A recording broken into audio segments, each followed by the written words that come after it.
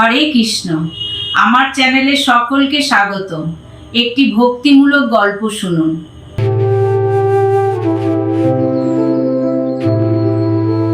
ভগবান রাম পুকুরে নামার সময় তারা তাদের ধনুকটি পুকুরের ধারে মাটিতে গেঁথে রাখলেন। তারা যখন স্নান ছেড়ে উপরে উঠে এলেন, ধনুকটি তুললেন, তখন দেখলেন ধনুকের ডগায় রক্ত লেগে আছে।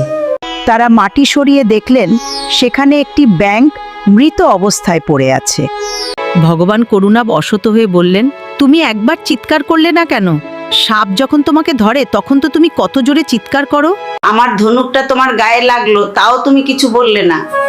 তুমি তো একটু নড়াচড়া করতে পারতে। হে প্রভু, যখন সাপ আমাকে ধরে তখন আমি রাম রাম বলে চিৎকার করি, এই আশায় যে আপনি আমার ডাক শুনবেন। ব্যাঙ বলল, ভগবান, আজ দেখলাম স্বয়ং রাম আমাকে আঘাত করছে। ভগবান, তাহলে আমি কাকে ডাকতাম?